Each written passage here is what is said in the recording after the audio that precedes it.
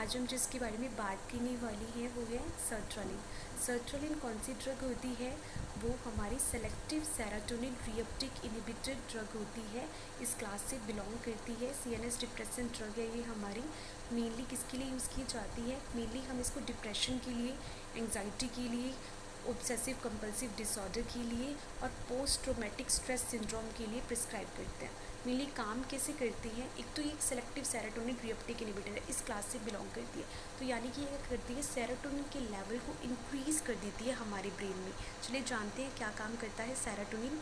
Serotonin एक happy chemical है। जब ये हमारे ब्रेन में रिलीज़ होता है ना, तो हमें स्ट्रेस और एंग्जाइटी से छुटकारा मिलता है। यानी जो पेशेंट को स्ट्रेस होता है, एंग्जाइटी होती है, उनमें सेरोटोनिन का लेवल बहुत ही ज़्यादा कम होता है। तो ये मेडिसिन क्या करती है? सेरोटोनिन के लेवल को बढ़ा देती है, ताकि पेशेंट का मूड इम्प्रूव हो सके, स्लीप अच्छी आ सके उन्हें, और उनके इमोशंस वो कंट्रोल कर सके।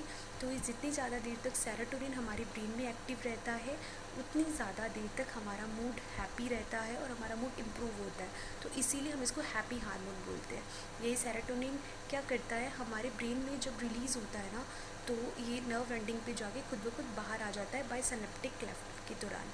ठीक है, तो जिसको हम रीअब्जॉर्प्शन बोलते हैं, इस प्रोसेस को हम रीअब्जॉर्प्शन बोलते हैं। तो मेनली ये मेडिसिन सर्ट्रोलिन क्या करती है? उसके रीअब्जॉर्प्शन को इनहिबिट करती है, क्योंकि वो ज़्यादा देर तक हमारा जो सर्ट्रोलिन है वो हमारे दिमाग में रहे। जितनी ज़्यादा देर तक सर्ट्रोलिन हमारे दिमाग में एक्टिव रहता है, उतनी देर तक हमें हमारा मूड इम्प्रूव रहता है और हमें स्ट्रेस और एंग्जाइटी से रिलीफ मिलता है। तो मेनली ये 2 से 4 वीक तक अपना इफ़ेक्ट दिखाना स्टार्ट कर देता है ये मेडिसिन। और मेनली हम उन पेशेंट्स को देते हैं जिनको एंग्जाइटी में होते हैं, स्ट्रेस में होते हैं, जिनको स्ट्रेस सिंड्रोम है या फिर ओसीडी के शिकार है।